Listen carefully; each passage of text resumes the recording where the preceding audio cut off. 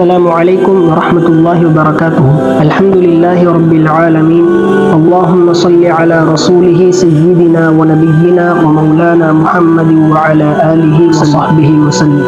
அல்லாஹு தஆலா உடைய நல்லடியார்களே, பேரன்புக்குரிய பெரியார்களே, சகோதரர்களே, நண்பர்களே, அல்லாஹ் ஜல்ல ஜலாலுஹு ஒரு மனிதனுக்கு கொடுக்கக்கூடிய நிஅமத்துகளில் மிகப்பெரிய ஒரு நிஅமத், மிகப்பெரிய ஒரு அருட்பாக்கியம்தான் இந்த குழந்தை பாக்கியம் என்பது. மேலானவர்களே, ஒவ்வொரு பெற்றோர்களுக்கும் உள்ள ஒரு ஆசைதான் தன்னுடைய குழந்தை நல்ல ஒரு சாலிஹான, மக்களுக்கு மத்தியில், சமூகத்துக்கு மத்தியில் நல்ல பெயருடன் அழகான முறையில் வளர்ந்து 4 பேர் பார்த்து கண்குளிர்ச்சி அடையப்படக்கூடிய ஒரு பிள்ளையாக தன்னுடைய பிள்ளை இருக்க வேண்டும் என்பது ஒவ்வொரு பெற்றோருக்கும் உள்ள ஒரு ஆசை. மேலானவர்களே, ஒரு பிள்ளை நல்ல சாலிஹான பிள்ளையாக வளர்வதற்கும் அந்த பிள்ளை கெட்டுப்போவதற்கும் ஒரு தாக்கம் செலுத்தக்கூடிய மிக முக்கியமான ஒரு காரணிதான் அந்த பிள்ளை வாழக்கூடிய வீட்டினுடைய சூழல். அந்த வீட்டினுடைய சூழல் நல்லதாக இருக்கும் என்று சொன்னால் அதனுடைய பிரதிபலிப்பு அந்த குழந்தையுடைய வாழ்க்கையில நிச்சயமாக இருக்கும். அதே போன்று அந்த வீட்டினுடைய சூழல் கெட்டதாக இருக்கும் என்றால் அதனுடைய பிரதிபலிப்பும் அந்த பிள்ளையினுடைய வாழ்க்கையில இருக்கத்தான் செய்யும். மேலானவர்களே, ஆக ஒரு முஸ்லிமான வீட்டினுடைய பண்புகள் எவ்வாறு இருக்க வேண்டும் என்பதை பற்றி நாம் இந்த பதிவில் பார்ப்போம். முஸ்லிமான வீட்டினுடைய பண்புகளில் ஒரு பிரதானமான ஒரு பண்பு தான் இஹ்யாஉல் பைத்தி பிதிக்ரில்லாஹ். அல்லாஹு தஆலாவை ஞாபகப்படுத்துவதன் மூலம் அந்த வீட்டை உயிர்ப்பிப்பது. ஸல்லல்லாஹு அலைஹி வஸல்லம் அவர்கள் கூறினார்கள், மஸலுல் பைத்தில்லதி யுஸ்கருல்லாஹு ஃபீஹி வல் பைத்தில்லதி லா யுஸ்கருல்லாஹு ஃபீஹி மஸலுல் ஹய்யி வல் மய்யித். எந்த வீட்டில் அல்லாஹு தஆலாவை பற்றி ஞாபகப்படுத்தப்படுகிறதோ அந்த வீட்டினுடைய உதாரணமும் அல்லாஹு தஆலாவை பற்றி ஞாபகப்படுத்தப்படாத வீட்டினுடைய உதாரணமும் உயிருள்ளவனையும் உயிரற்றவனையும் போன்று என்று ஸல்லல்லாஹு அலைஹி வஸல்லம் அவர்கள் தெளிவுபடுத்தினார்கள். எனவே அல்லாஹு தஆலாவை பற்றி எங்களுடைய வீடுகளில் அதிகமாக பேசப்பட வேண்டும். நபி ஸல்லல்லாஹு அலைஹி வஸல்லம் அவர்களுடைய ஹதீஸ்கள் எங்களுடைய வீடுகளில் அதிகமாக வாசிக்கப்பட வேண்டும். இவ்வாறு நாம் அல்லாஹு தஆலாவை பற்றியும் அவனுடைய தூதரை பற்றியும் நாம் அடிக்கடி வீட்டில் ஞாபகப்படுத்துகின்ற பொழுது அதை கேட்டுக்கொண்டிருக்கின்ற நம்முடைய பிள்ளைகளுக்கு அந்த இஸ்லாமிய உணர்வு ஏற்படுகிறது.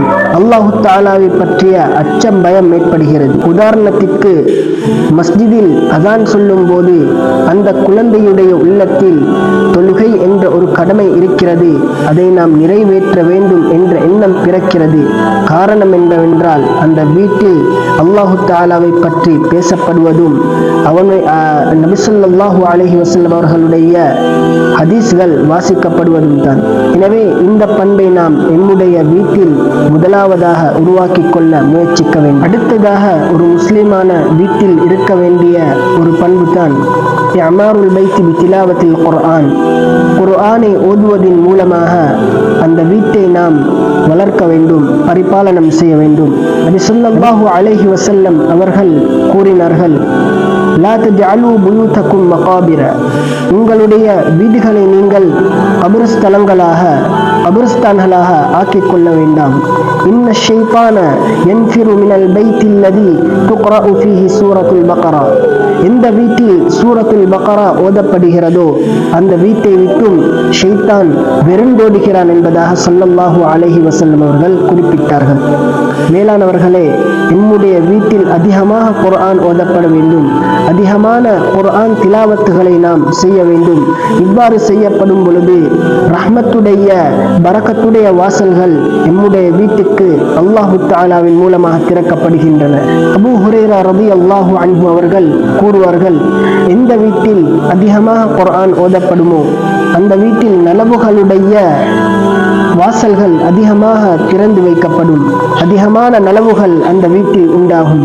அதே போன்று ஷைத்தான்கள் அந்த வீட்டை விட்டும் விரண்டோடுகிறார்கள். மலக்குமார்கள், ரஹ்மத்துடைய மலக்குமார்கள் அந்த வீட்டிற்கு சமூகம் அளிக்கிறார்கள். அதே போன்று எந்த வீட்டில் குர்ஆன் ஓதப்படவில்லையோ அந்த வீட்டில் நெருக்கடியான வாழ்க்கை உண்டாகிறது. நலவுகளுடைய அந்த வாசல் அடைக்கப்படுகிறது. ஷைத்தான்கள் வருகை தரக்கூடிய வீடாக அந்த வீடு மாறுகிறது. அதே போன்று ரஹ்மத்துடைய மலக்குமார்கள் அந்த வீட்டிற்கு சமூகம் அளிக்க மாட்டார்கள் என்பதாக அபூ ஹுரைரா ரலியல்லாஹு அன்ஹு அவர்கள் கூறக்கூடியவர்களாக இருந்தார்கள். அடுத்ததாக ஒரு முஸ்லிமான வீட்டில் தவிர்ந்து கொள்ளப்பட வேண்டிய ஆக முக்கியமான ஒரு பண்பு தான் அதமு தஅலீகி சுவர். புகைப்படங்கள் அந்த வீட்டில் மாட்டப்பட்டிருப்பதை தவிர்ந்து கொள்ள வேண்டும். மேலானவர்களே, இன்று எங்களுடைய வீட்டை எடுத்துக்கொண்டால் அதிகமானவர்கள் தங்களுடைய திருமண புகைப்படங்களை தங்களுடைய வீட்டு சுவர்களில் மாட்டி வைத்திருக்கிறார்கள். அது மட்டுமல்லாமல் அந்த பிள்ளைகள் விளையாடக்கூடிய அந்த பொம்மைகளை கூட அலங்கரித்த நிலைமையில வீட்டிற்கு முன்னால் அப்படியே வைத்திருக்கிறார்கள். இன்னும் பல விடயங்களை, இன்னும் பல புகைப்படங்களை மாட்டி வைத்திருக்கிறார்கள். இதை நாம் கட்டாயம் எங்களுடைய வாழ்க்கையில் தவிர்த்து கொள்ள வேண்டும்.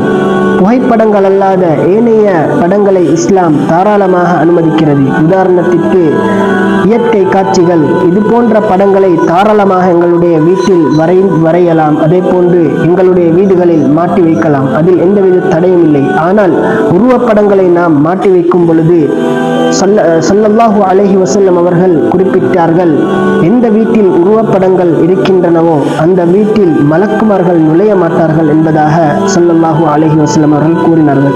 எனவே எங்களுடைய வீட்டிற்கு ரஹ்மத்துடைய மலக்குமார்கள் வர வேண்டுமா?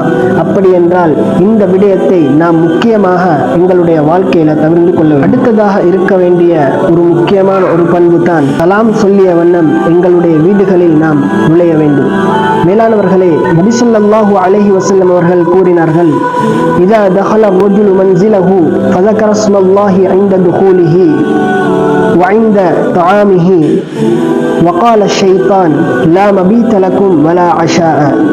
அதாவது ஸல்லல்லாஹு அலைஹி வஸல்லம் அவர்கள் சொன்னார்கள், ஒரு மனிதன் அவனுடைய வீட்டில் அல்லாஹு தஆலாவுடைய பெயரை சொல்லிய வண்ணம், பெயரை கூறிய வண்ணம் நுழைந்தால், அதே போன்று அவன் சாப்பிடக்கூடிய நேரத்திலும் அல்லாஹு தஆலாவுடைய பெயரை கொண்டு சாப்பிட்டால், அந்த நேரத்தில் ஷைத்தான் கூறுகிறான் அவனுடைய பட்டாளத்திற்கு, இன்று உங்களுக்கு இந்த வீட்டில் தங்குவதற்கு இடமும் கிடையாது, அதே போன்று இந்த வீட்டில் உங்களுக்கு சாப்பாடும் கிடையாது என்பதாக கூறுகிறார். ஸல்லல்லாஹு அலைஹி வஸல்லம் அவர்கள் கூறினார்கள், وَإِذَا ذَكَرَ اسْمَ اللَّهِ عِنْدَ دُخُولِهِ وَلَمْ يَذْكُرْهُ عِنْدَ طَعَامِهِ يَقُولُ الشَّيْطَانُ أَدْرَكْتُمُ الْعَشَاءَ وَلَا مَبِيتَ لَكُمْ. ஸல்லல்லாஹு அலைஹி வஸல்லம் அவர்கள் சொன்னார்கள், எந்த மனிதன் வீட்டிற்குள் நுழையும் போது அல்லாஹு தஆலாவுடைய பெயரை கூறிவிட்டு அவனுடைய சாப்பாடுடைய நேரத்தில் அல்லாஹு தஆலாவுடைய பெயரை கூறவில்லையோ, அந்த நேரத்தில் அந்த ஷைத்தான் அந்த கூட்டத்தை பார்த்து, தன்னுடைய கூட்டத்தை பார்த்து கூறுகிறான், இந்த வீட்டில் உங்களுக்கு தங்குவதற்கு இடமில்லை, ஆனால் இவருடைய சாப்பாட்டில் உங்களுக்கு தாராளமாக பங்கு இருக்கிறது என்பதாக தன்னுடைய அந்த கூட்டத்தினரை பார்த்து ஷைத்தான் கூறுகிறார். மேலும் ஸல்லல்லாஹு அலைஹி வஸல்லம் அவர்கள் கூறினார்கள், وَإِذَا لَمْ يَذْكُرِ اسْمَ اللَّهِ عِنْدَ دُخُولِهِ قَالَ الشَّيْطَانُ أَدْرَكْتُمُ الْمَبِيتَ. அதாவது அந்த மனிதர் அந்த வீட்டிற்குள்ளால் நுழையும் போது அல்லாஹு தஆலாவுடைய பெயரை கூறாமல் நுழைந்தால், அந்த நேரத்தில் ஷைத்தான் தன்னுடைய பட்டாளத்தை பார்த்து கூறுகிறான், இன்று இந்த வீட்டில் உங்களுக்கு தங்குவதற்கு இடமும் உள்ளது என்பதாக கூறுகிறார். அடுத்ததாக இருக்க வேண்டிய ஒரு பண்பு தான் சுன்னத்தான தொழுகைகள் எங்களுடைய வீடுகளில் தொழப்பட வேண்டும். ஸல்லல்லாஹு அலைஹி வஸல்லம் அவர்கள் சுன்னத்தான தொழுகைகளை தன்னுடைய அறையில் தொழுதுவிட்டு பர்பான தொழுகையை நிறைவேற்றுவதற்காக வேண்டி மஸ்ஜிதுக்கு வரக்கூடியவர்களாக இருந்தார்கள். அதிகமாக எங்களுடைய வீடுகளில் சுன்னத்தான தொழுகைகள் நிறைவேற்றப்பட வேண்டும். துஹாவுடைய தொழுகை, அதே போன்று தஹஜ்ஜுடைய தொழுகை, ஏனைய சுன்னத்தான தொழுகைகள் எங்களுடைய வீட்டில் தொழப்பட வேண்டும். இவ்வாறு நாம் தொழப்படும் போது அந்த வீடு பரக்கத்துக்குரிய ஒரு வீடாக ஆகிறது.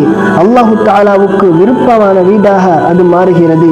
நலவுகள் வரக்கூடிய, ஹைர்கள் வரக்கூடிய, பரக்கத்துகள் வரக்கூடிய வீடாக அது மாறுகிறது. அடுத்ததாக இருக்க வேண்டிய ஒரு முக்கியமான பண்பு தான் அத்தக்லீலு மின் ஜீனத்தில் பைத், அதாவதாக வீட்டை அழகுபடுத்துவதை குறைத்துக் கொள்ள வேண்டும்.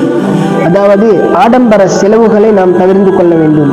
எங்களுடைய வாழ்வாதாரத்திற்கு மேல் மிச்சமாக, அதாவது நாம் ஆடம்பரமான முறையில் வீட்டை நாம் அலங்கரிக்கும் பொழுது அங்கு வீண் விரயம் ஏற்படுகிறது.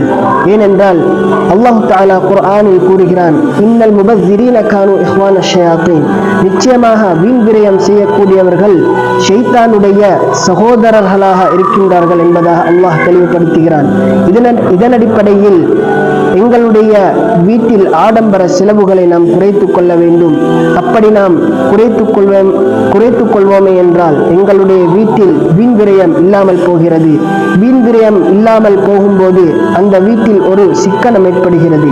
இதைத்தான் ஸல்லல்லாஹு அலைஹி வஸல்லம் அவர்கள் விரும்பக்கூடியவர்களாக இருக்க வேண்டிய ஒரு முக்கியமான பண்பு தான் வீட்டில் எல்லோருடனும் இரக்கத்துடனும் பாசத்துடனும் நடந்து கொள்ள வேண்டும். ஸல்லல்லாஹு அலைஹி வஸல்லம் அவர்கள் கூறினார்கள், இதா அராதல்லாஹு பி அஹ்லி பைத்தின் ஹைரன், அல்லாஹு தஆலா ஒரு வீட்டில் உள்ளவர்களுக்கு நலவை நாடிவிட்டான் என்றால் அத்ஹலஹுல்லாஹு அலைஹிமுர் ரிஃக, அல்லாஹு தஆலா அந்த வீட்டில் உள்ளவர்கள் மீது இரக்கத்தை நுழைவிக்கின்றான். மேலானவர்களே, ஒரு வீட்டில் இரக்கத்துடனும் பாசத்துடனும் அந்த வீட்டில் உள்ளவர்கள் நடந்து கொள்கிறார்கள் என்றால் அந்த வீட்டில் அல்லாஹு தஆலாவுடைய ரஹ்மத் இருக்கிறது. அல்லாஹு தஆலா அவர்களுக்கு நலவை நாடி இருக்கின்றான். மேலானவர்களே, பிள்ளைகளோடு நாம் இரக்கமாக நடந்து கொள்ள வேண்டும். மனைவி மக்களோடு இரக்கமாக நடந்து கொள்ள வேண்டும். எல்லா நேரங்களிலும் அவர்களோடு நல்ல முறையில் நடந்து கொள்ள வேண்டும். உதாரணத்திற்கு, தந்தை என்ன செய்கிறார்? வேலையை விட்டு வீட்டை வந்தடைந்ததும் அவருடைய மடியில் அவருடைய செல்ல குழந்தைகள் இரக்கத்துடன் அமரும் பொழுது அந்த தந்தை என்ன செய்கிறார்? அந்த பிள்ளையை விரட்டி கடிந்து கொள்கிறார். அதே போன்று மனைவி அவரிடத்தில் பேச வரும் பொழுது அந்த மனைவியையும் விரட்டிவிட்டு அவர்களையும் கடிந்து கொள்கிறார். மேலானவர்களை, இதை நாம் தவிர்த்து கொள்ள வேண்டும். இரக்கமாக நாம் நடந்து கொள்ள வேண்டும். அல்லாஹு தஆலாவுடைய ரஹ்மத்தை நாம் பெற்றுக்கொள்ளக்கூடியவர்களாக மாற வேண்டும். எங்களுடைய வீடுகளை நாம் குர்ஆனை அதிகமாக ஓதுவது, அதே போன்று அல்லாஹு தஆலாவை பற்றி ஞாபகப்படுத்துவது, முக்கியமாக சலாத்தை கொண்டு வீட்டில் நுழைவது, அதே போன்று புகைப்படங்களை மாட்டி வைத்திருப்பதை தவிர்த்து கொள்வது, அதே போன்று வீட்டில் உள்ளவர்களோடு இரக்கமாக நடந்து கொள்வது, இது போன்ற பண்புகளை நாம் உருவாக்கிக் கொள்வதற்கு முயற்சி செய்வதோடு சொல்லப்பட்ட விடயங்களை நாம் மாத்திரம் செய்வது மட்டுமல்லாது என்னுடைய பக்கத்து வீட்டில் உள்ளவர்கள், அதே போன்று எங்களுடைய நண்பர்கள், எங்களை சார்ந்தவர்களுக்கு நாம் சொல்லிக் கொடுப்பதை நாம் எங்களுடைய கருத்தில் வைத்துக் கொள்ள வேண்டும். பேசப்பட்ட விடயங்களை நல்ல முறையில் அமல் செய்வதற்கு வல்ல ரஹ்மான் அல்லாஹு தஆலா நம் அனைவருக்கும் நல்லருள் புரிவானாக. ஆமீன் ஆமீன் யா ரப்பல் ஆலமீன்.